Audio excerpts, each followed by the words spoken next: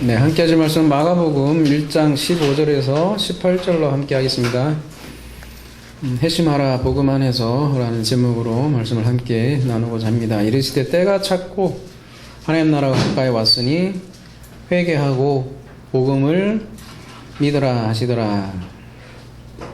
그 뒤는 이렇게 다음 읽어가면서 하겠습니다.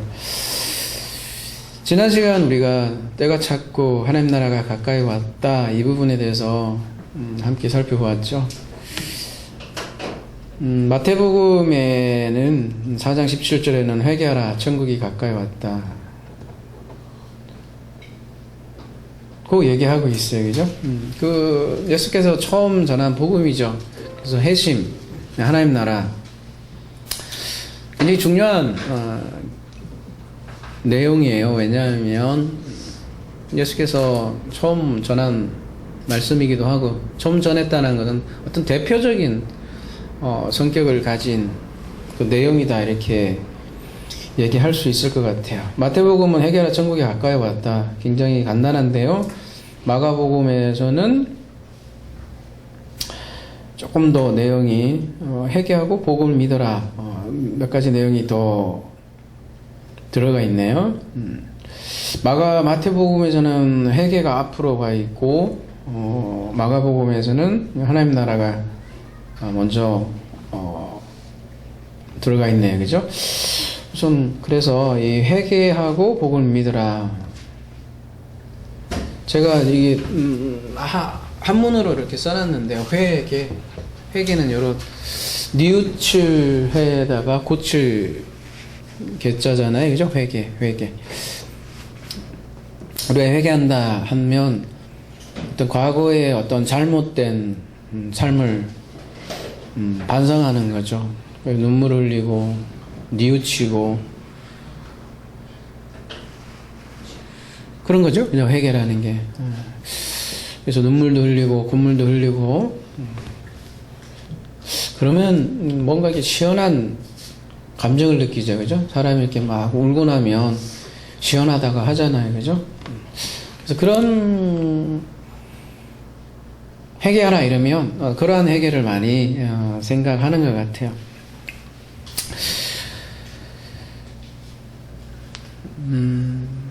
그 시원한 감정 때문일까요? 그런데 그래서 그럴까요? 사람들이 회개하고 다시 똑같은 말하는 죄를 짓고 또 회개하고 또 죄를 짓고 또 회개하고 계속해서 그러한 삶이 반복된다는 거죠.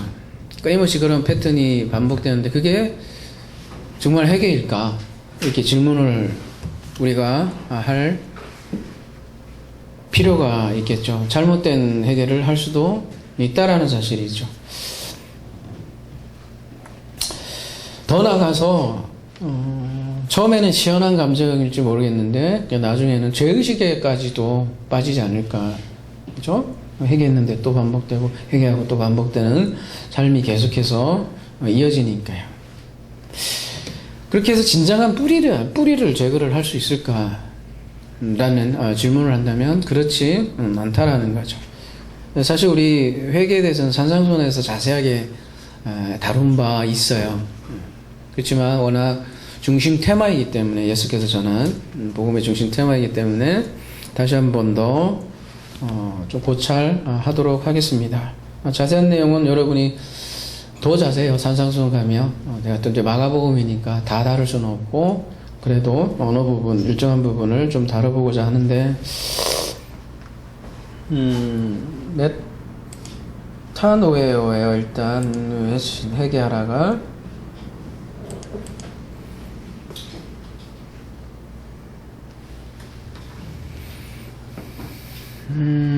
메타노에라는 단어는 밑에 보시면 메타라는 전치사죠. 지금 메타 어디다 써야 되나? 보일라나? 메타는 뭐뭐와 함께라는 뜻이요. 그리고 노에오가 이렇게 붙은 단어겠죠. 그죠? 두 단어가 이렇게 붙은 단어일 텐데요. 이 노에오는 가보시면 가볼게요. 3539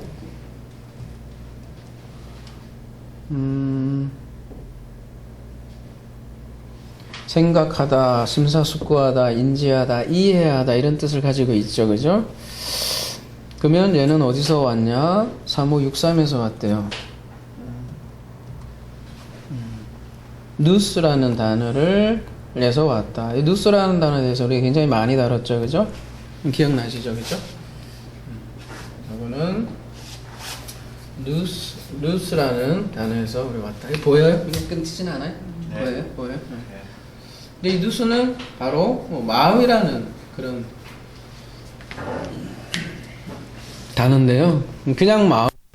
이 누스는 어디에서 왔냐면 1097 어간에서 왔다. 이게 계속 어간이 이어지고 하네요. 그죠? 기노스코에서 왔다. 이렇게 얘기하고 있네요. 기노스코는 뭐냐면 뭔가를 이해하는 거예요. 지각하고, 이해하고, 인지하고, 확신하고, 뭐 알아차리고, 그런 뜻을 가지고 있잖아요. 그죠? 그러니까 이 누스라는 거는 마음이라는 뜻인데 그냥 마음이 아니라 뭔가 이제 좀 이해라고 해야 되나요? 그와 관련된 깊이 깨달아서 알아진 마음. 그런 마음을 그래서 누스다 이렇게 우리가 얘기할 수 있고요. 그 앞에 메타가 붙어 있어가지고 그러한 마음과 함께 하는 것을 회심이다. 그러니까 회심으로, 그러니까 회심에 가까운 단어라 얘기할 수 있을 것 같아요. 메타노에는 우리나라 말로 회개하라 이렇게 하지만 원어적인 의미에서는 회심하라, 마음과 관련된 그런 단어라 이렇게 얘기할 수 있을 것 같아요. 빌립보서 4장 7절 가볼게요.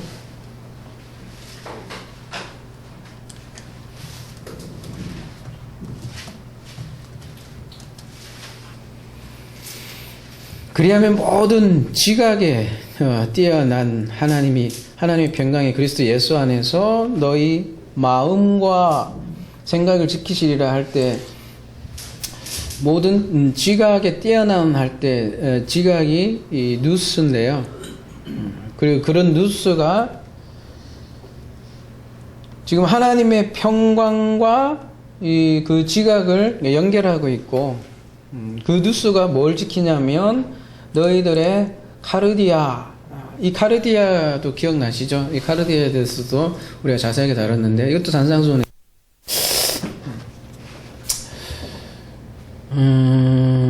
카르디아는 흔히 우리가 여러분이 듣고 있는 그 마음이라고 할 수 있어요. 마음이 굉장히 많이 변하죠, 사람은. 그죠? 오늘 같은 날씨가 좀 무중충하죠?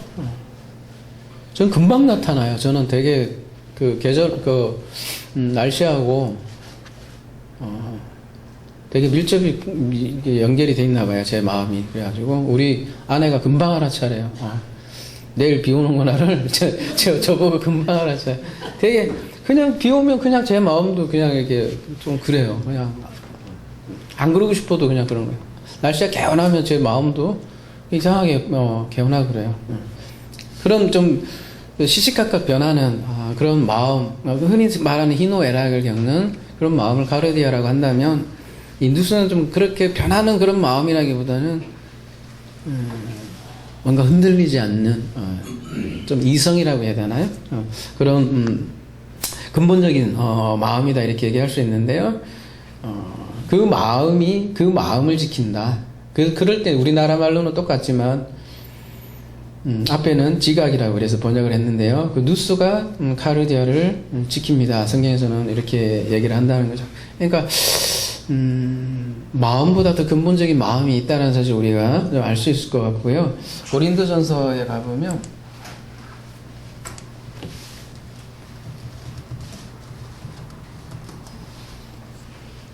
사람의 일을 사람의 속에 있는 영 외에는 영 외에 누가 알리요? 이와 같이 하나님의 일도 하나님의 영 외에는 아무도 알지 못하는 이렇게 하나님의 영이 이렇게 계속 언급이 돼요. 보시면 우리가 세상 영을 받지 않고 오직 하나님으로부터 온 영을 받았으니 이는 우리로 하여금 하나님께서 우리에게 은혜로 주신 것들을 알게 하려 하심이라.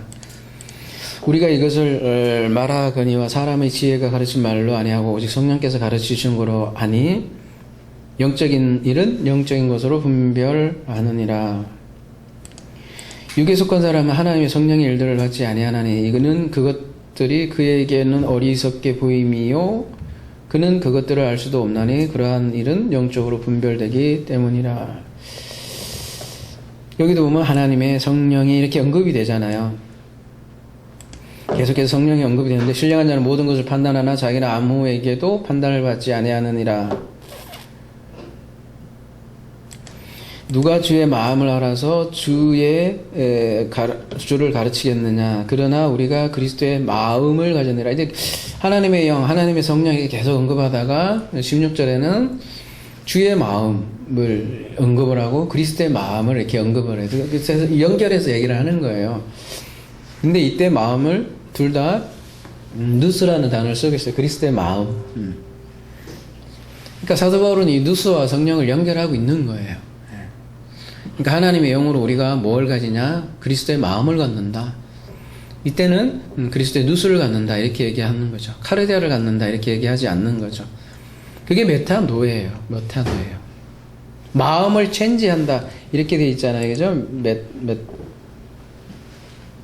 우리가 이제 오늘 본문에 가보면 메타노에 이렇게 영어로는 보면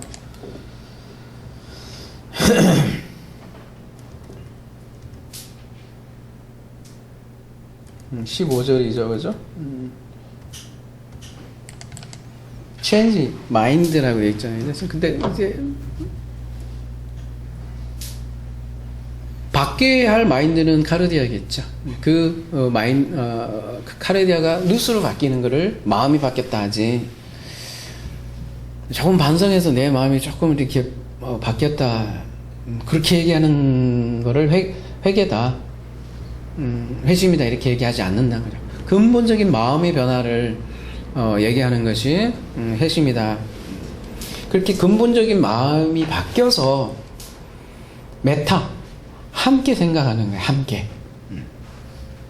같은 함께 생각한다는 것은 같은 마음이라는 거죠. 그 마음과 어떤 마음과 그리스도의 마음과 같은 마음 그걸 연합이라 그래요. 메타 그 누스와 메타 연합하는 것을 우리가 회심이다. 다른 말로 하면 그리스도의 마음을 갖는 것을 회심이다 이렇게 얘기하는 거예요. 내 마음이 아니라 마음이 조금 변한 걸 얘기하는 게 아니라 그 얘기는 단순히 도덕적인 조금 그 어떤 잘못을 뉘우치는 정도보다 더 근본적이라는 거죠. 그런 부분도 일정한 포함이 되어 있겠지만 근본적인 변화를 얘기를 하는 거고요.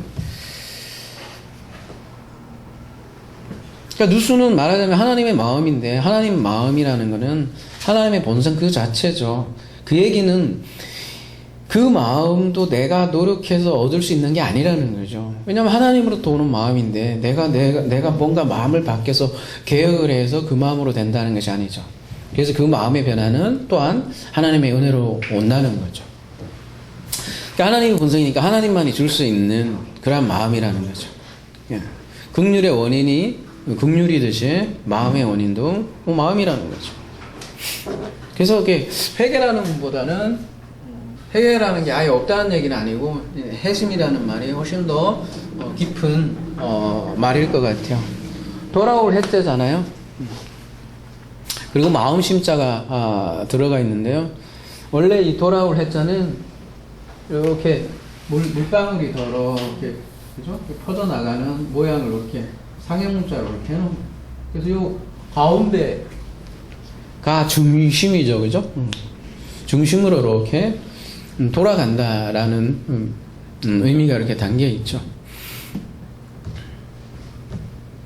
우리 하나사랑에 이렇게 보면 카페에 보면 이렇게 물방울 똑똑똑 떨어지는 거 있죠, 그죠?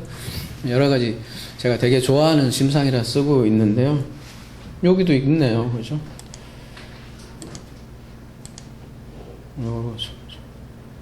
요걸 본떠서 만든 게 회자예요. 근데 요 제일 중앙을 중심이다 이렇게 중심. 심의 가장 가운데. 호기로 가는 것을 회심이다 이래요. 회심. 중심. 우리가 죄 그러면 관역에서 벗어났다 그러잖아요. 그죠? 여기 가운데의 심으로부터 이렇게 벗어난 상태, 여기 있는 관역으로부터 벗어난 상태를 죄다 그래요. 죄. 죄에서 벗어나는 것은 그 관역의 바깥에서 요 중심으로 가는 걸 얘기하는 거죠. 그죠?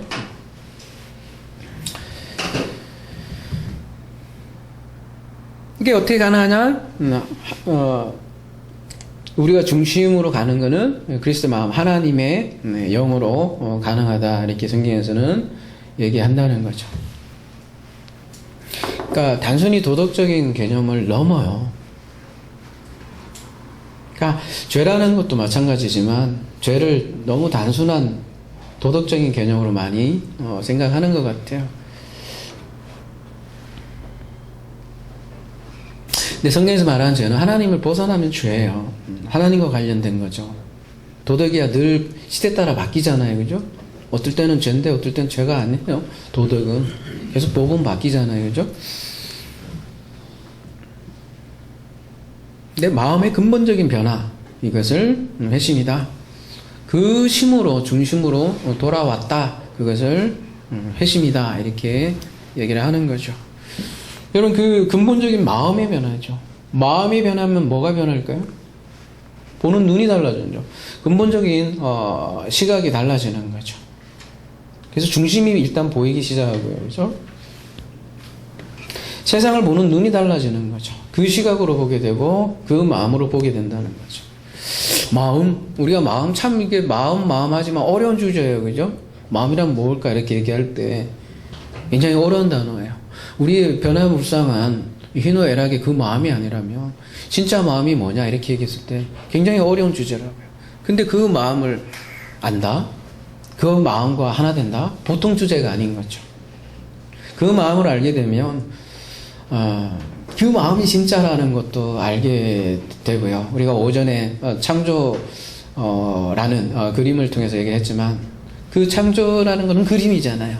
근데 그 창조라는 그림 안에 더 실체가 있다는 거죠. 그 실체가 뭐냐면 바로 마음이라고도 얘기할 수 있는 거죠. 창조는 그 아버지의 마음의 표현인 거죠. 그러니까 마음이 실체라는 거죠. 근데 그 마음이 그러니까 하나의 마음이 된다는 거죠. 내 마음과 그 카르디아의 마음이 아니라 보통 일이 아닌 거죠. 그러니까 한 마음이라는 거죠. 우리가 한 마음 된다, 한 마음 된다 하지만 그것도 보통 얘기가 아닌 거죠.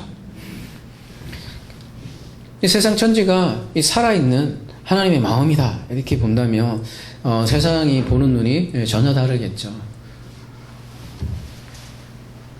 하나의 생명체라는 거죠. 그 마음을 알 때만에 우리가 이웃사랑을 언급을 할 수 있는 거예요. 이웃사랑의 본질적인 진정한 의미를 우리가 깨닫게 된다는 거죠. 그 이웃사랑의 마음이 그리스도의 마음이다 이렇게 얘기할 수 있는 거고요. 이 마음이 변하면 그래서 시각이 완전히 달라진다. 틀이 달라진다는 거죠. 완전히 회심이라는 건. 그래서 여러분 회개하면 방향전환이다 이렇게 얘기 많이 하죠. 그죠? 180도 바뀐다 이렇게 얘기하죠. 180도면 요렇게 가던 것을 요렇게 가는 거잖아요. 그렇지 않습니까? 네. 그게 회개일까요? 아니면 회심일까요? 어때요? 내가 이쪽으로 가던데 이쪽으로 갔어요. 여러분 요즘 좌파 우파 맨날 싸워주는데 내가 좌파로 보던 눈을 우파로 봐도 나중에는 만나지 않을까요? 그죠? 그러니까 방향전환 해도 180도 해도 이리 가나 저리 가나 땅에서 땅으로 간다는 거예요. 그거는 진정으로 회심이 아니라는 거죠. 성경에서 말하는 회심은 땅에서 가는 게 아니라 땅에서 하늘로 위로 올라가는 거죠. 그걸 뭐라고 하냐면 승천이다 이렇게 얘기하는 거죠. 그래서 성도들을 하늘에 앉힌 자다 이렇게 표현을 하고요. 땅을 하늘들로 만들 하나님의 계획, 창세기 1장에 대해서 우리가 다뤘잖아요. 하늘에 앉힌 자들이다. 에베소서 2장 6절 성도들을 그렇게 묘사하는데요. 다른 표현을 하면 하늘님들이죠. 하늘님들. 이제 땅님들이 아니라 하늘님들이죠. 그게 근본적인 존재의 변화이기도 하고요. 다른 거죠. 회심이란 건 그래서 단순한 과거, 반성, 뉘우침 이런 정도가 아니에요. 근본적인 하나님 나라의 이 마음과 관련이 돼 있는 건데 그 단순히 뭘 조금 잘못한 거 반성하고 뉘우치고, 여러분 교회 안 다니는 사람들도 잘해요. 그런 거는 반성하고 뉘우치는 거는 오히려 더 깨끗할 수도 있고요. 여러분,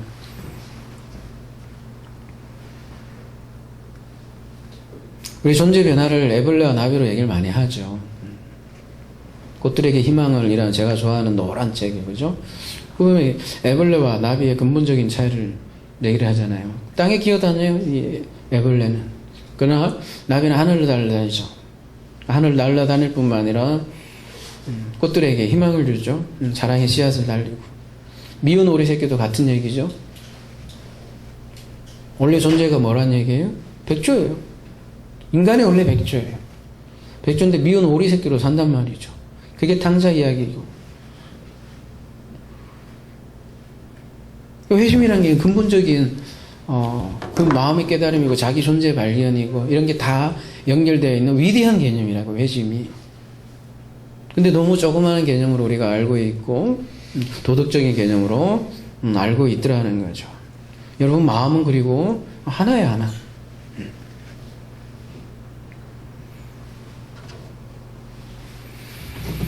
그 하나의 마음이요, 몸을 담아 사는 거예요. 다른 말로 하면 하늘이 땅에 사는 거예요. 하늘을 땅에 담은 일들을, 여러분들이 하늘을 땅에 담은 이들이라고요. 표현을 다 달리해도 다른 표현을 해볼까요? 여러분이 말씀을 담은 육신들이에요. 여러분들이 이러한 모든 것을 깨닫는 것을 회심이라고 그래요. 위대하지 않아요, 이게? 근본적인 마음의 변화니까 흔들리지 않는, 그래서 이게 아는 것과도 관련이 되어 있고 그 개념이 누스이고, 그러한 마음과 함께하는 게 회심이라는 거죠. 근데 오늘 본문에는 그 회심을 명령형으로 회심하라 이렇게 얘기를 하고 있어요. 그러면 또 질문이 나올 수 있겠네요. 그러면 우리 스스로 회심을 하는 건가? 그죠? 뒤에는 믿으라 명령형이 또 나오고요. 그러면 우리가 스스로 믿는 것인가? 그러면 회심하고 믿으면 천국에 오는 건가? 그러면 전제 조건이 우리의 회심이고 우리의 믿음인가? 또 이러한 질문이 나올 수도 있겠죠. 근데 오늘 본문을 가만히 보면 회심하라, 믿으라 다음에 N 전치사가 나와 있어요. 그리고 역격으로 나와 있고요. 그죠? 그 다음에 뒤에는 요한겔리온 이렇게 나와 있어요. 보통 피스티오 하면 무엇을 믿다 이런 경우는 뒤에 에이스 전치사를 써요. 더구나 목적격을 쓴다는 거죠. 목적격을 써야 누구누구를 믿다 이렇게 되겠죠. 그죠? 그렇게 돼 있어요. 이렇게 가보시면 어디 가볼까? 나중에 여러분 확인해 보세요. 피스티오 에이스 목적격으로 누구 힘 아우토스 이러면 누구누구를 믿다 이렇게 되는데 여기서는 N 역격으로 돼 있으니까 복음 안에서 혹은 복음으로 이렇게 번역할 수 있는 문장이죠. 그리고 카이로 회심하라 믿으라가 연결되어 있기 때문에 이 복음 안에서는 회심하라도 영향을 줄 수 있는 문법이죠. 그래서 회심하라 그리고 믿어라. 어떻게? 복음 안에서. 그래서 복음 안에서 회심하는 거고 복음 안에서 믿는 거라는 거죠. 그렇지 않으면 헛된 회심이고 헛된 믿음일 수가 있더라는 거죠. 그렇지 않은 회심은 반성에 불과하고 믿음은 한낱 뭐예요? 신념에 불과할 수가 있다라는 거죠. 지난주 우리는 하나님 나라에 대해서 나눠봤어요. 하나님 나라의 특징에 대해서 우리가 살펴봤는데 하나님 특징은 뭐예요? 하나님의 섬김이라는 주제를 지난주에 함께 했어요. 하나님의 섬김, 하나님께 주도권이 있다라는 거예요. 하나님께서 먼저 사랑하시고 먼저 선택하고 먼저 섬기고 하나님이 먼저 일하셨다는 개념을 지난주에 우리가 함께 살펴봤고, 그것을 은혜다. 같은 원리로 또 회심과 믿음 또한 인간이 만들어내는 것이 아니라는 사실, 오늘 더 살펴볼 거예요. 오늘 피스티오 앞에, 그러니까 믿음 앞에 회심이 먼저 있는데, 순서상 보면 회심이 먼저 와 있네, 그죠?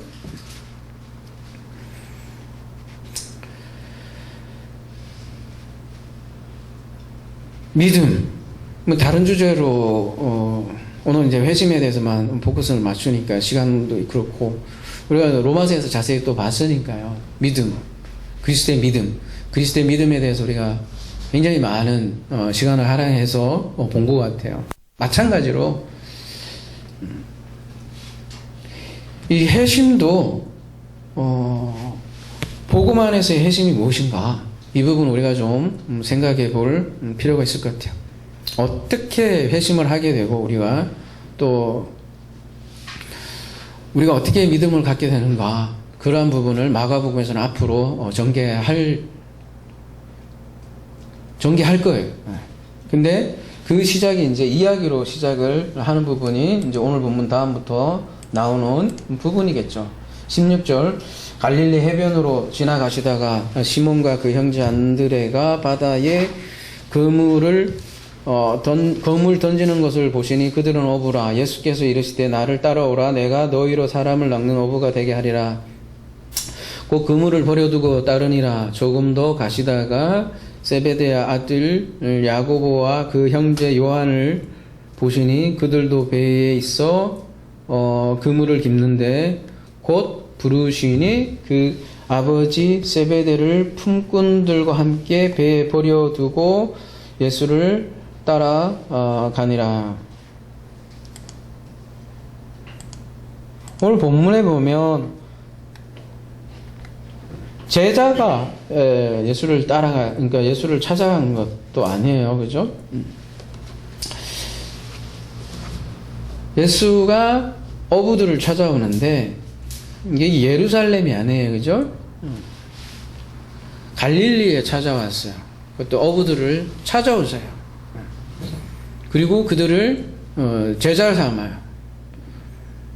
갈릴리요. 예루살렘, 지금으로 얘기하면 뭐 예루살렘 신학자들을 제자로 삼는 것도 아니고, 요즘으로 얘기하면 최고의 신학자를 제자로 삼는 것이 아니고 평범한 사람들을 제자로 삼은 거죠. 이 당시에 보면 랍비들이 있었다 그래요. 랍비들이 제자를 삼는 과정을 보면 랍비들이 제자들 이렇게 찾아다니지 않는다는 거죠. 심지어는 제자들이 와서 시험까지 이렇게 보는 그런 예가 있는데, 지금 그 학생에게 달려 있는 거죠. 학생이 찾아가서 시험도 보고, 그죠? 근데 예수께서는 제자를 자신에게 부르시고, 또 어부들이죠. 또 제자 되기 전에 어떤 것도 뭐 요구하지도 않고, 그들 만난 곳이 어디예요? 거물 던지는 곳, 어떤 예루살렘 성전과 같이 거룩한 것도 아니고 어떤 삶의 현장이죠. 배와 그물이 있는 삶의 현장에서 일터에서 제자들을 만나고 그들을 불렀다라는 사실이죠. 그리고 이 어부들이 배와 그물을 버리고 예수를 따랐다. 그러면 이제 결단력이 좋아 보일지 모르겠어요. 왜냐하면 마가복음에서는 워낙 사건을 빨리빨리 진행하는 어투로 돼 있으니까, 그죠?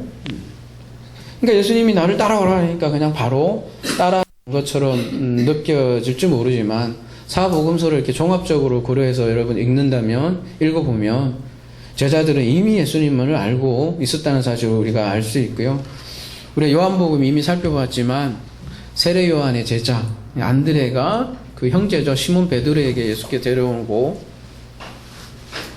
그들이 세례 요한의 제자들로 보이고, 또 세례 요한과 예수도 이미 알고 있는 친척 사이고, 그러니까 제자들 역시 예수님을 알고 있었다는 사실을 우리가 알고 있고요. 또 누가복음에 가보면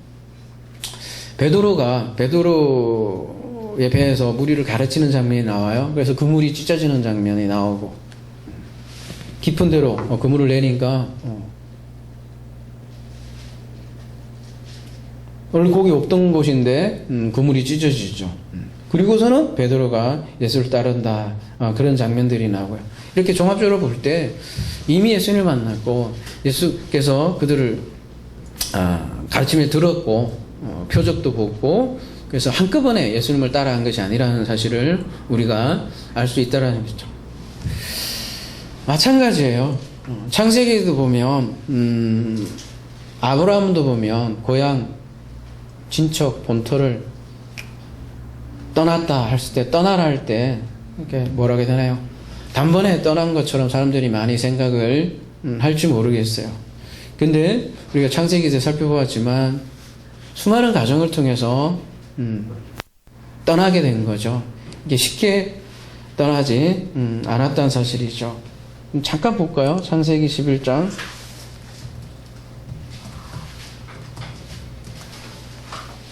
족보 얘기만 거의 나오는데 이면이죠. 이면을 읽는 거죠. 족보를 통해서 우리가 보는 거죠.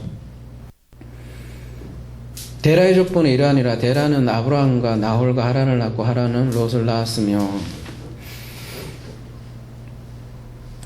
근데 하란은 그 아비 데라보다 먼저 고향 갈대 인의 우르에서 죽었더라.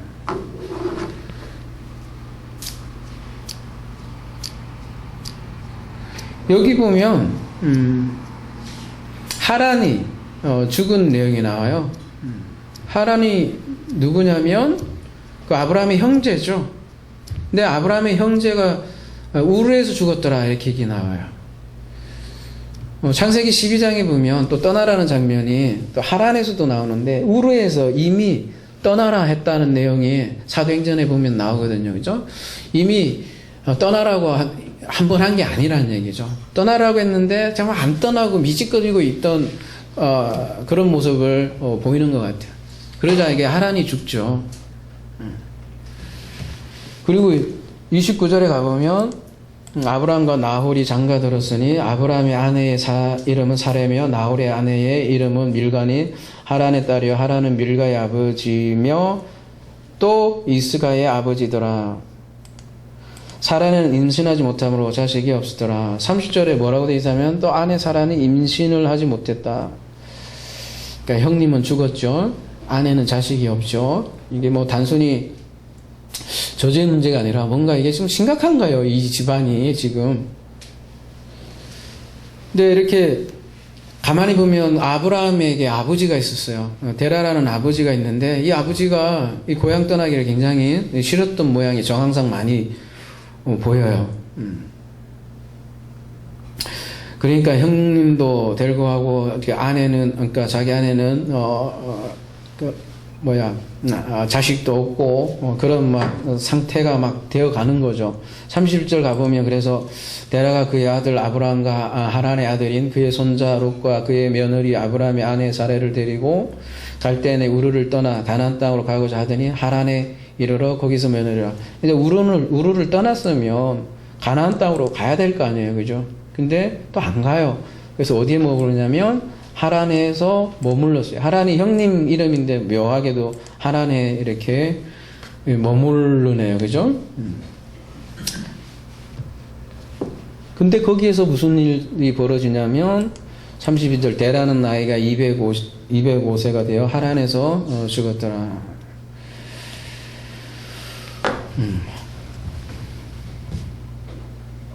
그러니까 안 넘어갔어요. 그러니까 하란에서 계속 머무니까 아버지가 죽은 거예요. 아버지가 뭔가 아브라함에게 의사결정을 못하도록 계속 지연하고 방해했던 것으로 보여요. 왜 그러냐면 데라라는 이름조차가 여행할 때 쉬다라는 뜻이에요. 머물다, 지체시키다 그런 뜻이에요. 이 데라라는 아버지 뜻이. 그러니까 여행을 자꾸 지체시키는 거예요. 가만히 보면 우르서부터 벌써 이게 우상장사 하시던 분이거든요. 아브라함 아버지가 우상장사 하시는 분이에요. 근데 그 성경에는 안 나오는데 외경에 보면 아브라함이 우상을 막 깨고 아버지하고 막 싸우고 이런 장면이 나온단 말이에요. 왜 하겠어요? 여러분 입장 바꿔서 생각해 보세요. 이게 남 얘기가 아니고 여러분 보고 잘 살고 있는데 갑자기 어디 고향 떠나라고 해보세요. 그것도 여기도 아니고 저쪽 캘리포니아라고 가라고. 어디 10년. 근데 지금 현대 시대는 그래도 교통도 있고 좀 사고방식이 많이 다르잖아요. 옛날에 그 한 강을 넘어서 문명을 건너간다는 거는 그것도 좋은 땅도 아니고, 그죠? 이상한 가나안 땅 가라면 여러분 누가 가겠습니까? 그러니까 성경에 나오는 그 사건을 나하고 별개로, 그죠? 너무 쉽게 생각을 하니까 떠나라고 했으니 우리도 떠나자. 우리도 아브라함을 본받아서 하나님이 떠나라 떠나자 이렇게, 그죠? 적용을 해서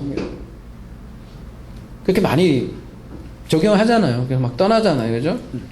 근데 아브라함도 사실 그렇게 쉽게 떠난 거 아니라는 거죠. 아버지하고 갈등도 있었고 되게 힘들었고 아내의 불임도 있고 형님의 죽음도 있고 막 인생의 어려움 통해서 결국은 그 가나안이라는 약속의 땅으로 들어간 거죠. 가나안은 물론 천국의 상징이죠. 우리가 천국이 그렇게 쉽게 도달하는 것이 아니라는 사실 우리가 알 수 있고요. 인간들은 원래 그거 안 가려고 하고 고집 피우는데 하나님의 설득이죠. 일하시고 또 일하셔서 결국은 아브라함을 그 땅에다가 데려놓은 장면을 우리가 데라의 족보에서 이면을 읽을 수 있는 거죠. 마찬가지예요. 제자들도 이거 배를 두고 떠났다 이렇게 나와서 참 믿음 되게 좋네 해가지고 우리도 어때요? 건물을 버려두고 떠나자. 직장을 버려두고 떠나자. 그죠?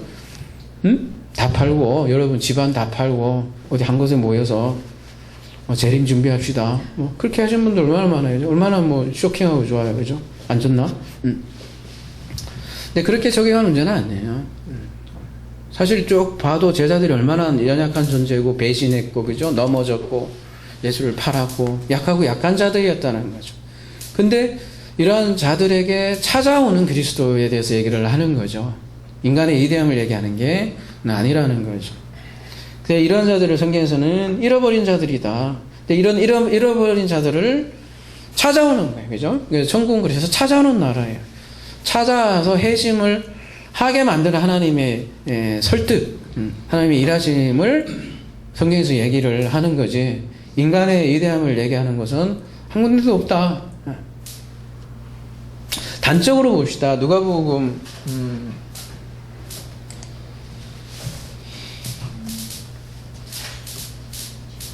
15장에 가보면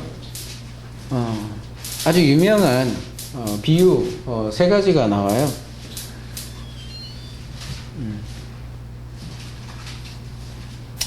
이 3가지 비유를 성경에서 단수로 표현하고 있는 이 3가지 비유는 잃어버린 양,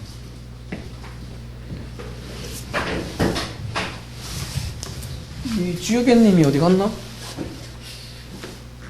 여기 가셨네. 이 잃어버린 주유개가 잃어버린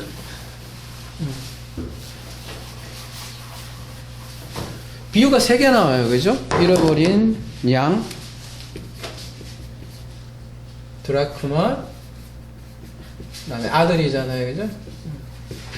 3개가 단수의 비유로 나온다는 건 3개 비유가 같은 성질의 것이라는 거잖아요. 같은 메시지를 주려고 하는 거잖아요. 여기는 100마리고 여기 10이고 여기 2이고 그죠? 그 중에 하나를 잃어버리고 하나를 잃어버린 그런 비유잖아요. 그죠? 그래서 112 이렇게 계속 좁혀가면서 결국은 제일 마지막에 하고 싶은 말은 아들의 비유 아니겠어요? 응? 이 탕자의 비유를 흔히 아는 이 탕자 비유를 이해하기 돕게 만드는 게 앞에 2가지 비유겠죠. 요게 하나만 읽으면 잘못하면 이 비유의 핵심을 놓칠 수가 있다라는 것이기 때문에 비유를 같이 이렇게 연결해서 나왔겠죠. 그죠? 그게 비유를 읽는 방법이겠죠. 근데 여러분 100마리 양 잃어버렸죠. 아니 100마리 양 중에 1마리를 잃어버렸죠. 근데 99마리를 두고 양 1마리를 찾아가요. 상식적으로는 별로 그렇게 상식적이지 않는, 그죠? 그런 주인의 네, 행동인 것 같아요. 그죠? 잃어볼 수 있잖아요. 99마리를. 근데 이 비유는 앞에 보면 바리새인과 서기관들이 수군거리고 막 이런 장면이 나와요. 그러니까 음식을 죄인과 세리를 영접하고 음식을 같이 먹는 것을 이렇게 좀 비난하는 바리새인과 서기관들에게 들려주는 비유임을 알았어요. 그래서 예수께서 그들에게 이 비유로 이르시되 이렇게 얘기를 하는 거예요. 그러니까 말하자면 자기가 잃어버린 자임을 인정하지 않는 사람들이 이 아홉 마리 양이죠. 그러니까 바리새인과 서기관들이 말하자면 아홉 마리 양임을 비유를 통해서 말씀하는 거고, 아무리 숫자가 많더라도 그 양들은 하나님과 아무런 상관이 없는 자들이라 이렇게 얘기하는 거죠. 근데 죄인과 세리는 자타가 공인한 죄인이었어요. 근데 그러한 자들을 찾는다는 거죠. 잃어버린 자들이죠, 그들이. 근데 양을 누가 찾아가냐면 잃어버린 한 마리를 주인이 찾아가요. 뭐 양이 절대 찾아온다는 내용이 하나도 없어요. 그죠? 근데 재밌는 것은 7절에 보면 내가 너희에게 이르노니 이와 같이 죄인 한 사람이 회개하면 하늘에서 회개할 것 없는 의인 99마리 말미암아 기뻐하는 것보다 더하리라. 되게 이상하지 않아요? 그죠? 양이 어떻게 해결할까? 주인이 가서 찾았잖아요. 말이 안 되는 비유 같아요. 어떻게 보면. 그죠? 그렇잖아요? 양이 지줄로 돌아왔나? 돌아가고 잃어버린 것밖에 없잖아요. 가서 주인이 찾았어요. 그것도 99마리 놔두고 한 마리 가서 잃어버린 자를 찾아왔어요. 근데 그거를 뭐라고 하냐면, 여기도 회개하면이라지만 똑같은 단어에서 메타노예요. 그죠? 그걸 회심이다 이렇게 얘기해요. 주인이 찾았다는 거를. 이게 아닌가 보다 할 수 있을까 봐 또 하나 더 얘기를 하는데, 그게 10드라크마 중에 하나를 잃어버린 여인의 얘기잖아요. 그 여인이 찾잖아요. 물론 이게 이제 신랑이 신부에게 드린 주는 목걸이, 그죠? 10개 단위로 되어 있는 목걸이 중에 하나를 잃어버린 거죠. 그걸 잃어버렸으니 이게 심각한 거잖아요. 물론 이제 앞에 100도 그렇고 10도 그렇고 상당히 상징적인 숫자이기도 하겠네요. 그죠? 완전수니까요. 10이라는 게 율법의 수이기도 하고요. 뭔가 하나를 잃어버렸다는 거는 다시 넣어서 완성을 시켜야 되는 거예요. 그래서 찾아야만 해요. 그래서 찾았어요, 이 여인이. 그리고서 뭐라고 얘기를 하냐면, 똑같이 내가 너에게 이르노니 이와 같이 죄인 한 사람이 회개하면 하나님의 자들들 앞에 기쁨이 되느니라. 그리고 이어지는 비유가 잃어버린 아들의 비유이잖아요. 그 잃어버린 아들의 비유도 보면 아들이 찾아오죠. 그거는 아들이 이제 돌아오죠, 집으로. 그죠? 그러니까 아들이 집으로 돌아온 것이, 그러니까 앞에 두 비유를 통해서 이게 아들의 회심이 아니라는 사실을 이 비유를 통해서 얘기를 하는 거죠. 우리가 탕자의 비유 보면 얘가 가서 다 탕진하잖아요. 가서 다 탕진할 것을 아는데 이 아버지가 허락하는 모습을 보고 좀 이해가 되지 않는 부분도 있잖아요. 그죠?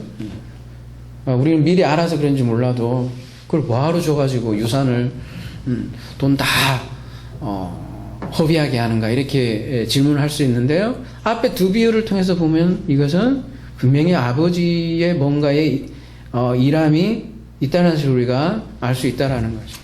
그러니까 어쨌든 이 아들은 집 나가봐서, 집 나가면 개고생이란 말이 있잖아요. 그죠?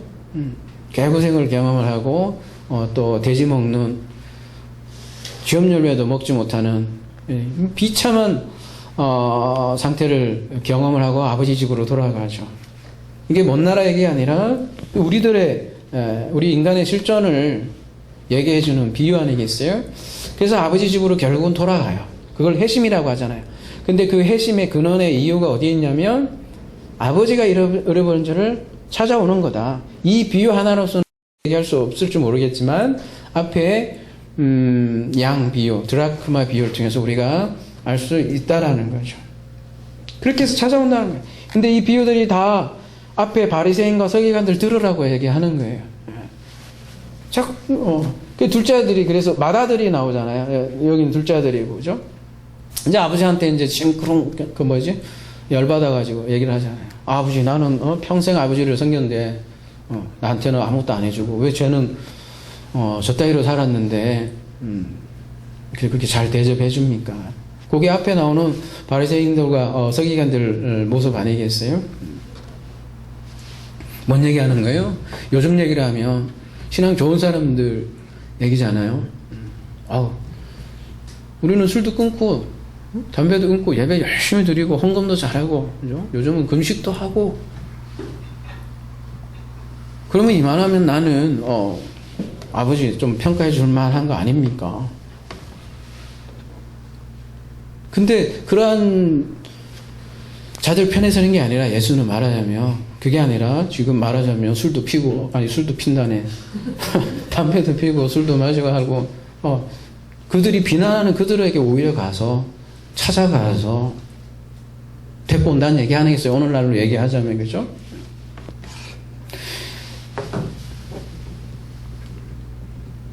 바리새인과 서기관들의 생각을 완전히 깨는 거죠. 그 회심도 마찬가지예요. 내가 뭔가 내 마음을 고쳐서 바꿔서 뭔가 열심을 내서 뭔가 내놓는 그러한 게 아니라 저희 모든 게 다 하나님이 찾아와서 만들어내는, 누구한테 찾아오느냐? 비참하게 바깥에서 집 나가서 지업열매 먹고 있는 인생들에게 하나님이 찾아온다는 거죠.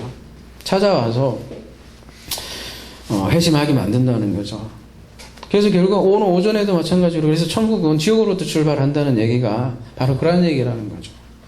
탕자로부터 출발을 하는 거죠. 인생이 비참함을 경험을 하고 하는 게 저주죠.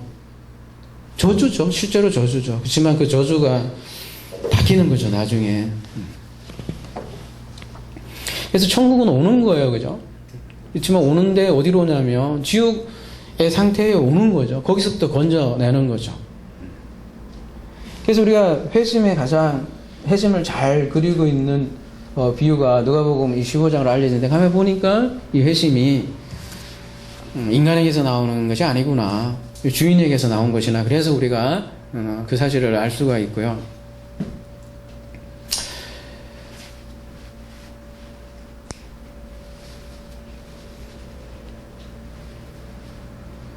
마태복음 5장 20절에 보면 너희 의가 서기관과 바리새인보다 낫지 않으면 결코 천국에 들어가지 못하라, 이렇게 얘기하잖아요.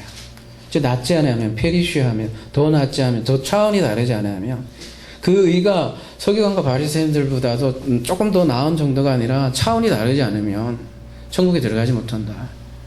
그냥 비교할 것 같으면 되겠냐고요. 지금도 신앙적인 열심이나 그 섬김이나 비교하자면 과연 우리가 비교돼야 될까요? 근데 또 아울러 2000년 전에 이 바리새인과 서기관들 나쁜 사람들이겠어요? 아니잖아요. 엄청난 신앙의 모범인들이었을 텐데 그보다 차원이 다르지 않으면 결코 천국에 못 들어간다는 얘기는 도대체 무슨 얘기예요, 그죠? 인간으로부터 나오는 의가 아니라는 거죠. 그래서 하나님의 의 얘기하는 거고, 로마서 주제가 그 하나님의 의 얘기하는 거 아니겠어요? 그걸 회심이다. 그래서 180도 방향 전환도 말이 안 되는 얘기예요. 180도 갖고는 안 돼요. 땅에서 하늘로 올라가야만 가능한 곧 그것을 우리가 회심이다, 이렇게 얘기할 수 있습니다. 그래서 하나님은 오는 나라, 이렇게 오는 나라. 누가복음 15장에서 잘 알 수 있고, 아브라함을 통해서 봐도 그렇고, 여러분 사도 바울도 그렇잖아요. 사도 바울 회심 장면, 대표적으로 신약에 나오는 회심 장면 중에 제일 유명하잖아요, 그렇죠? 사도 바울이 어땠어요? 딱 서기관과 바리새인 같았죠. 율법주의자였고 교회를 박해하는 인물이었어요. 근데 사도행전에 보면 뭐라고 그래요? 사울아 사울아 네가 어찌하여 나를 핍박하느냐. 교회를 그렇게 핍박했는데 네가 나를 어찌하여 핍박하냐. 나를 핍박하냐 이렇게 얘기해요. 그래서 뭐라고 얘기하냐면 네가 왜 가시돋친 채찍질로 발길질을 하면 너만 아플 뿐이다 이렇게 얘기하고 있어요. 가시돋친 채찍 소 있죠. 고집센 소를 이렇게 채찍질하는 그 막대기 얘기하는 거예요. 그러니까 사울이 어떤 상태냐면 굉장히 고집센 인물로 지금 묘사하고 있는 거 아니에요. 주인이 이렇게 계속해서 이렇게 농사하는데 얘가 계속 저항하는 거예요. 말하자면 사도 바울, 그러니까 사울이죠. 바울이 되기 전이니까, 그죠? 사울도 마찬가지로 잃어버린 자인데 그런 잃어버린 자를 주님이 찾아오는 장면이 사도 바울의 회신 장면 아니겠어요? 가만히 아무리 봐도 뭐 사울이 뭔가 자기가 뭐 이렇게 해갖고 마음을 바꾼 게 아니에요. 그냥 쉽게 얘기하면 한 대 얻어맞은 거고. 근데 그것도 하루 이틀 그렇게 하나님의 설득이 있었던 게 아닌 것 같아요. 계속 고집센 소로 묘사한 거 보면 계속 졸졸졸 쫓아다닌 그런 모습을 알 수 있는 거죠.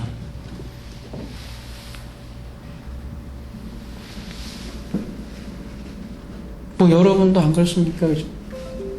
뭐 여러분을 떠나서 저는 뭐 안 그렇겠어요. 어느 한순간 제가 뭐 빛을 반짝 얻어서 뭐 복음을 전한다고 이러고 있겠어요. 그죠? 뭐 고집이 세게 생겼죠, 제가. 그죠? 제가 고집 생겼잖아요. 생긴 게, 그죠? 저도 고집이 좀 있죠. 결코 제가 하나님과 친하고 싶지도 않았고, 하나님께 뭐, 이렇게 말씀을 전하니까 꿈에도 생각을 못 했던 것 같아요. 근데도 이러고 있잖아요.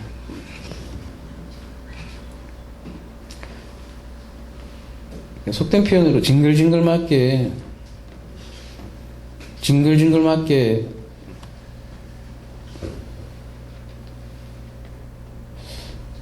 뭐라고 해야 되나요? 징글징글하게 둘이 싸우다가 제가 포기한 것 같아요. 그냥 나 졌어. 손 들고 이 자리에 선 것 같아요. 별로 되는 것도 없었고요.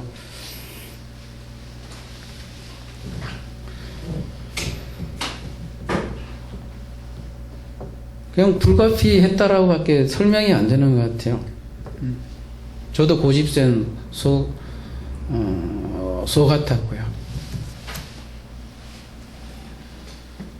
그렇게 해서 안 사실이에요. 그러니까 뭔 사실이요? 우리가 하나님의 일하심 이게 계속 저희가 어떻게 보면 얘기하는 주제잖아요. 그게 한쪽으로는 하나님의 일하심이라니까 하나님을 이렇게 좀 높이는 립 서비스 이렇게 여러분이 들릴 수도 있겠지만 다른 측면을 보면 이게 처절한 나의 고백 아니겠냐는 거죠, 그죠? 그걸 그냥 막 내가 이렇게 하나님을 립 서비스 하려고 하는 얘기가 아니라 제 몸과 그러니까 내 몸으로 이렇게 부딪히면서 깨달은 사실이니까 그 사실로 이 성경을 볼 수 있게 된 거죠. 눈이 바뀐 거고. 그렇게 해서 얘기를 하는 거지. 하나님이 특히 좋으라고 립서비스 하는 게 아니라 그게 사실이니까요. 그 사실이 먼저로 알고 이렇게 보니 또 더 들어가서 히브리어 헬라 이렇게 더 보니 또한 그렇고 그랬죠. 그 사실이 또 입증되고 하는 것이죠.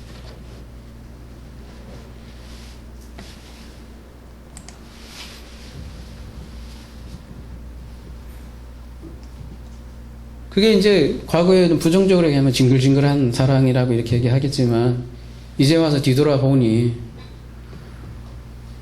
하나님의 열렬한 사랑이구나, 열심이구나, 이렇게 지금 와서 고백하는 거지. 당할 때는 얼마나 힘들었겠어요, 그죠? 몰라요. 또 앞으로 또 그럴 것 같아요. 또 가끔 잊을만 하면 또 한번 뒤집어 놓고, 또 한번 뒤집어 놓고 그러시는 것 같아요. 두려워요, 어떨 때는.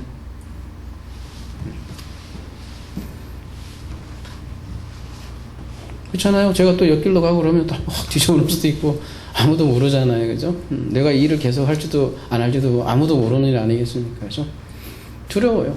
제 인생대로 되어온 것이 이때까지 없기 때문에 앞으로도 어떤 방향을 할지 저도 잘 모르는 사실이니까요.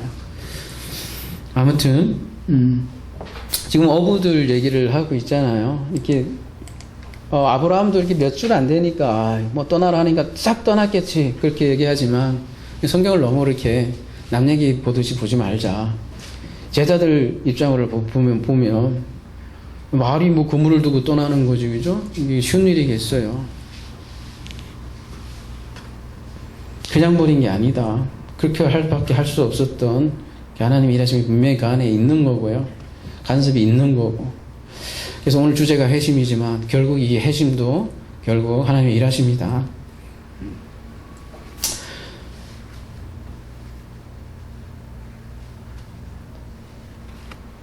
이 어부들인데 이제 결국은 이 어부들이 사람을 낚는 어부로 살아가게 되네요.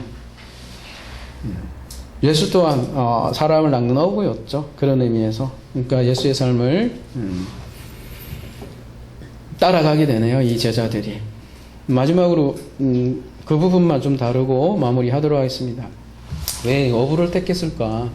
지난 시간에 우리가 갈릴리 얘기했지만 구약에는 좀 이 어부가 잘 등장을 안 해요. 그죠? 목자, 농부 이렇게 주로 등장을 해요. 근데 신약에서는 보면 바다에서 일하는 어부들이 대부분 제자들로 이렇게 등장을 하는데요. 바다가 상징하는 상징성이 많이 있죠. 그래서 이사야 보면 이런 말씀이 나오죠.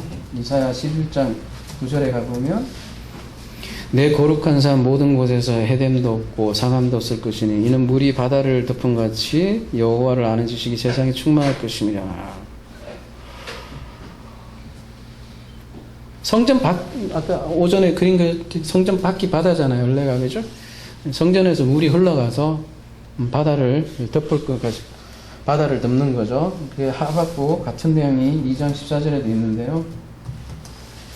물이 바다 덮은 같이 여호와의 영광을 인정하는 것이 세상에 가득함이니라. 말씀이죠. 우리 말씀을 상징하는데 말씀으로 세상을 덮을 것이라는 거죠. 어떻게 덮을 거예요? 비천한 자들을 찾아가요. 그래서 그리고 그들을 당신의 어부로 삼는다는 거죠. 그리고 그 어부를 통해서 또 바다에 그물을 던지는 것이죠. 그래서 그물에서 그 고기들을 낚을 것이라는 거죠. 이게 하나님 나라 방식이죠.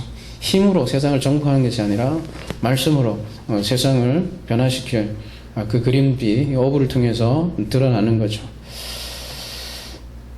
오늘 회심에 대해서 얘기했어요. 예수는 어부들을 찾아갔어요. 말하자면 중심 밖에 있는 자들이죠, 그죠? 밖에 있는 자들, 중심 밖에 있는 자들을 중심으로 끌어모았어요.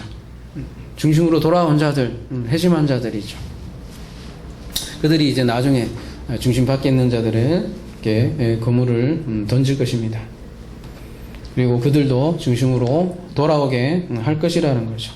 비유로 얘기하자면 바다에서 땅으로 그들을 끌어올릴 것이고, 땅에서 그들을 하늘로 끌어올릴 것이라는 거죠. 이것이 복음 안에서의 회심이요, 믿음이라는 사실이죠. 그러므로 이 회심과 믿음도 하나님으로부터 오는 것이라는 사실을 우리가 알 수 있는 거죠. 그래서 로마서 말씀처럼 모든 것은 그 중심인 하나님으로부터 오고 하나님으로부터 말미암아 오고 또 하나님께로 돌아간다는 사실이죠. 우리도 또한 그 본질이 하나님께로 돌아갈 존재이기도 하고요. 그래서 그 마음으로 돌아오는 것도 축복이고, 그 마음을 안다는 것도 축복이고, 그 마음으로 돌아간다는 것도 축복이라는 거죠. 그리고 이 시간, 우리가 하루하루 사는 그 시간은 그 마음과 함께하는 시간이고, 그 마음과 함께 춤을 추는 시간이 우리의 삶의 한 부분이겠죠. 이러한 한 마음의 축복이 저와 여러분에게 함께 하기를 기도합니다.